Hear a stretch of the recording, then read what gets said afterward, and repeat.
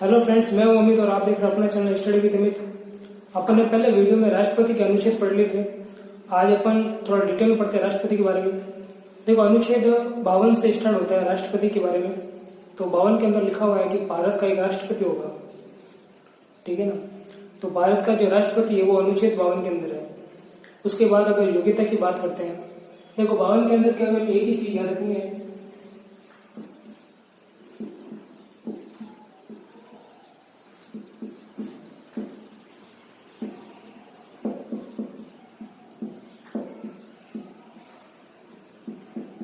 ठीक है ना। भारत का एक राष्ट्रपति होगा। फिर बात करते हैं उनकी योग्यता के बारे में। देखो, योग्यता के बारे में केवल 4 चीजें आपको याद रखनी है। एक तो कि भारत का नागरिक होना चाहिए, दूसरा 35 वर्ष की आयु पूरी होनी चाहिए, तीसरा लोकसभा का सदस्य बनने के योग्य होने चाहिए, और चौथा है लाभ के पद में नहीं आता, ठीक है ना। 4 है। तो पहला तो भारत का नागरिक,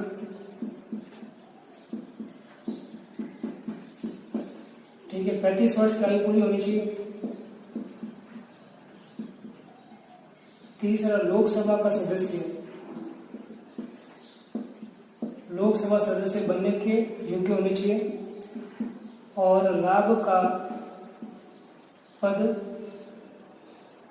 के पद पर नहीं होना चाहिए, ठीक है ना। ये 4 योग्यता है। देखो, ये जो लाभ का पद है ना, ये किसी भी अनुच्छेद के अंदर नहीं है, लेकिन ये जो योग्यता है ये अनुच्छेद किस में आता है? 58 में।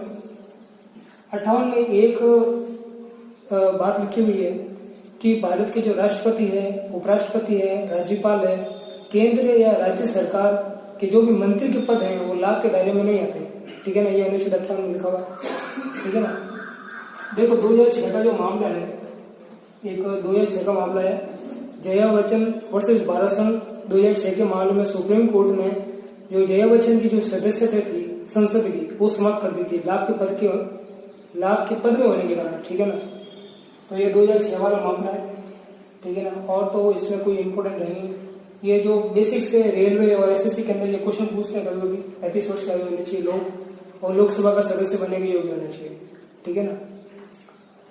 अब बात करते हैं नेक्स्ट निर्वाचन मंडल के बारे में। देखो, अनुच्छेद जो 54 है, 54, अनुच्छेद 54, इसमें निर्वाचक मंडल का उल्लेख किया हुआ है, निर्वाचक मंडल का, ठीक है ना। निर्वाचक मंडल, देखो इसमें नाम से पता चलता है निर्वाचक यानी कि निर्वाचित केवल निर्वाचित सदस्य। देखो, संसद के जितने भी निर्वाचित सदस्य हैं, चाहे लोकसभा हो, राज्यसभा हो, निर्वाचित सदस्य। और दूसरा, जो जितने भी राज्य है भारत के अंदर, सारे राज्यों की जो विधानसभा के निर्वाचित सदस्य, केवल विधानसभा ही ली जाती है, विधान परिषद नहीं, क्योंकि विधान परिषद जो है केवल 7 राज्यों के अंदर ही है, ठीक है ना। तो ओनली विधानसभा के निर्वाचित, ये तो निर्वाचित सदस्य हैं, ये तो हो जाएगा संसद के। दूसरा है विधानसभा के, ठीक है ना। विधान परिषद का यहाँ पर कोई रोल नहीं है। और दिल्ली और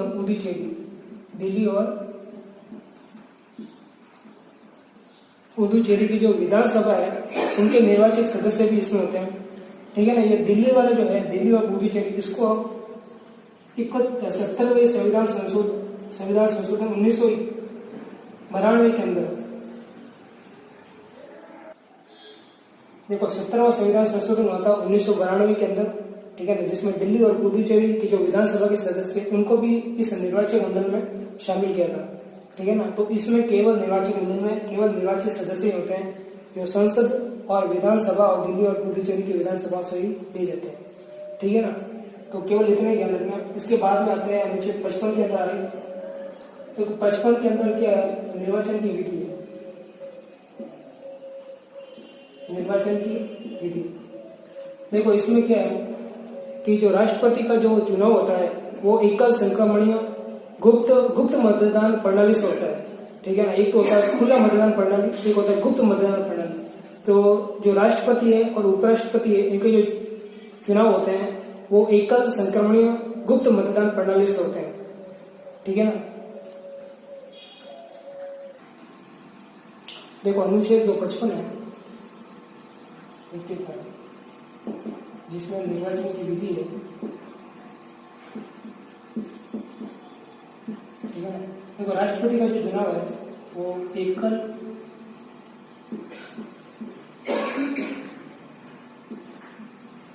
संक्रमणीय अनुपातिक गुप्त मतदान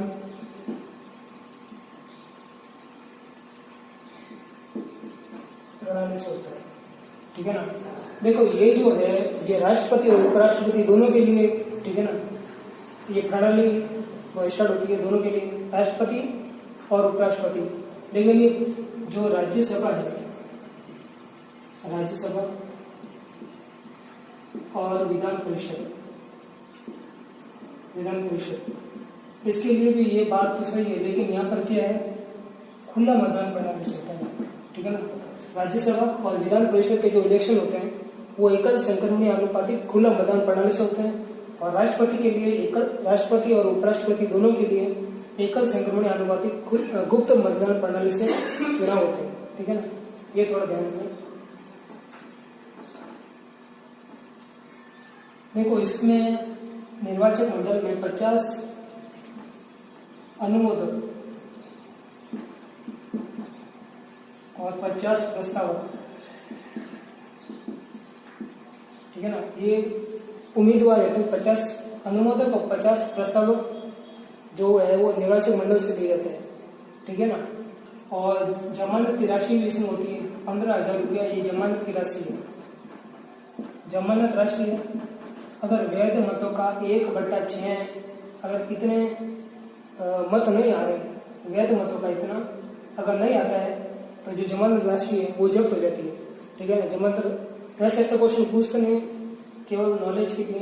देखो ये पूछ सकता है, और आरएस के अंदर ये क्वेश्चन भी शायद आया हुआ है कि जिसमें 50 अनुमोदक और 50 प्रस्तावक है वो उम्मीदवार अधूर ले जाते हैं, ठीक है ना। और वैध मतों का 1/6 अगर नहीं प्राप्त करते तो जमानत राशि वो जब्त हो जाती है, ठीक है। अब इसके बाद में देखो अगर राष्ट्रपति के जो इलेक्शन से संबंधित अगर कोई चुनाव से संबंधित कोई अगर विवाद उत्पन्न हो जाता है तो अनुच्छेद 71 के अंदर है कि सर्वोच्च न्यायालय है वो, ठीक है, उसके विवाद का निपटारा करता है, ठीक है ना। देखो चुनाव से संबंधित एक चीज है कि अगर किसी राज्य की विधानसभा भंग हो जाती है, या मान लो अगर सारे राज्यों की विधानसभा भंग हो जाती है, ऐसा होता तो नहीं है, और अगर लोकसभा भी भंग हो जाती है तो भी राष्ट्रपति के चुनाव है वो समय पर ही होते हैं, ठीक है ना। अब आते हैं शपथ पर। देखो शपथ का जो उल्लेख है वो होता है अनुच्छेद 60 में, ठीक है ना। 60 में शपथ, तो राष्ट्रपति के जो शपथ का प्रारूप है वो अनुच्छेद 60 में, ठीक है ना। और दूसरा राष्ट्रपति को शपथ है वो भारत के जो मुख्य न्यायाधीश हैं, भारत के चीफ जस्टिस, ठीक है ना, भारत के जो मुख्य न्यायाधीश है वो शपथ दिलाते हैं। अगर मुख्य न्यायाधीश नहीं है तो वरिष्ठतम जो न्यायाधीश है उनके द्वारा शपथ दिलाई जाती है। और जो राष्ट्रपति है वो संविधान की रक्षा और लोगों के कल्याण की, संविधान की रक्षा और लोगों के कल्याण की शपथ लेता है,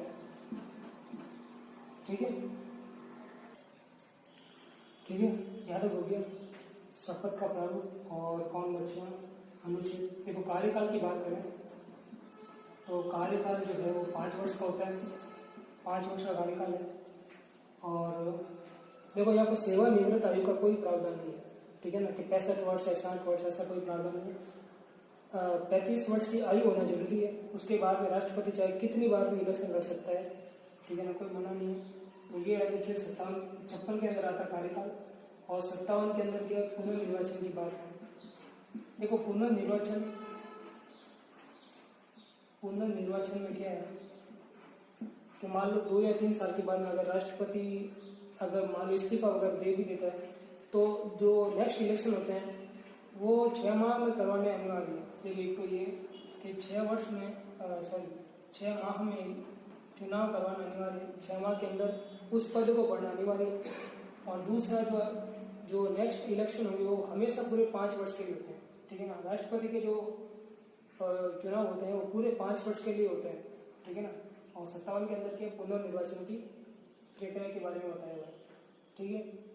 और 57 में ये भी लिखा हुआ है कि एक व्यक्ति कितनी बार भी राष्ट्रपति बन सकता है, कोई सीमा नहीं है, ठीक है ना। ये है 57 के अंदर। देखो नेक्स्ट आता है इस्तीफा के बारे में, कि जो भी अगर राष्ट्रपति अपना इस्तीफा देना चाहता है तो राष्ट्रपति अपना इस्तीफा उपराष्ट्रपति को देता है, उपराष्ट्रपति को देता है। और उपराष्ट्रपति सबसे पहले लोकसभा के अध्यक्ष को इसकी सूचना देता है, ठीक है ना। तो ये इंपॉर्टेंट क्वेश्चन है और आने के लायक भी है कि राष्ट्रपति अपना जो इस्तीफा है वो उपराष्ट्रपति को देता है और उपराष्ट्रपति इसकी सूचना सबसे पहले लोकसभा के अध्यक्ष को देता है, ठीक है ना। तो इस वीडियो में इतना बहुत है, बाकी का नेक्स्ट वीडियो